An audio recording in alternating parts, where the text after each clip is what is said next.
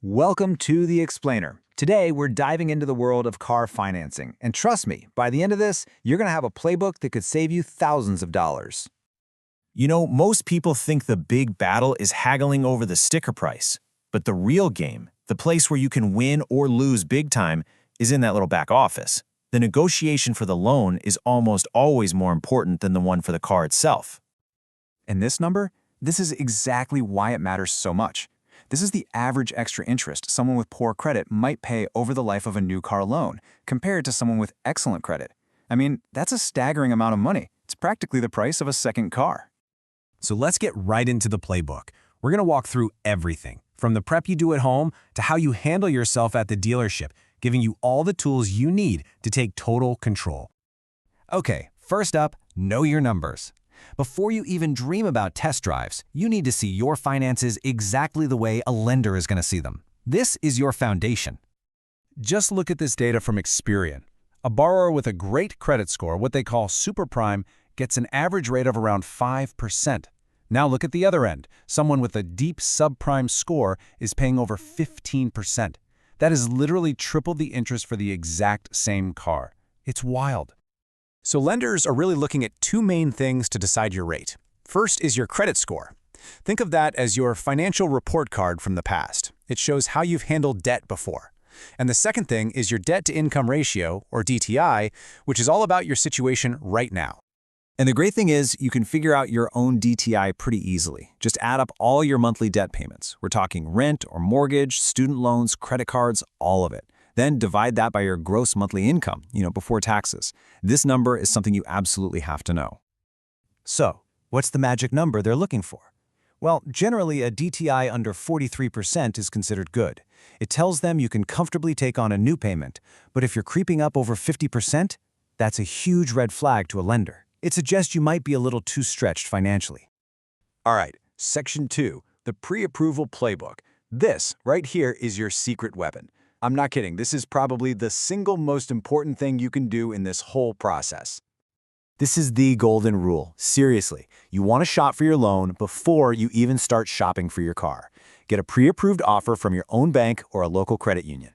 Doing this one thing completely changes your power dynamic. You go from a hopeful buyer to a cash-in-hand powerhouse. Now, I know what you're thinking. Won't applying for a bunch of loans hurt my credit score? And yeah, it's true, every application triggers what's called a hard inquiry, which can knock your score down a few points. But, and this is a big but, there's a built-in safety net for people who shop smart. See, the credit scoring models are actually designed to let you compare offers.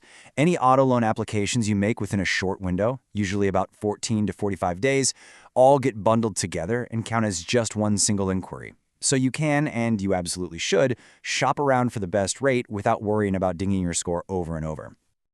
Okay, moving on to Section 3, decoding the deal. So, you shopped around, you've got some offers. Now you need to actually understand what you're looking at, because here's a hint. A lower monthly payment is not always a better deal.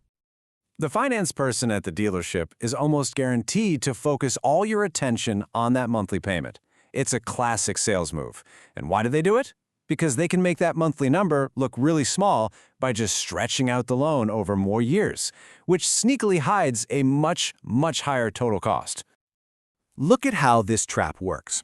On a typical new car loan, let's say around 41 grand, stretching the loan from 4 years to 6 years might make your monthly payment feel more manageable, but it could end up costing you thousands more in interest alone. Always focus on the total cost of the loan, not just the monthly bill. All right. You've done the homework. You know your numbers, you've got a pre-approval letter in your pocket, and you know how to read a loan offer. Now it's time for the final boss, walking into that dealership and using all that preparation as leverage. This piece of advice from a Reddit user is just perfect. It nails the expert strategy. When you walk in with your own financing already lined up, you are, for all practical purposes, a cash buyer, and that completely flips the script on how they expect the deal to go down. So here's how you control the conversation. You walk in and you only negotiate one thing, the out-the-door price of the car. That's it. Never talk about monthly payments.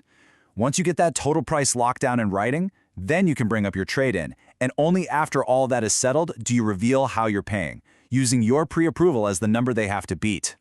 And that's the whole point, isn't it? It's the ultimate power shift. When you're prepared, you walk in there with confidence. You're not asking them for permission to buy a car. You're a well-funded customer who is deciding if their deal is good enough for your business. So you've mastered the tricky part. You've won the negotiation game. The only thing left to decide is the fun part. Now that you're totally in control of the money, what's the right car for you?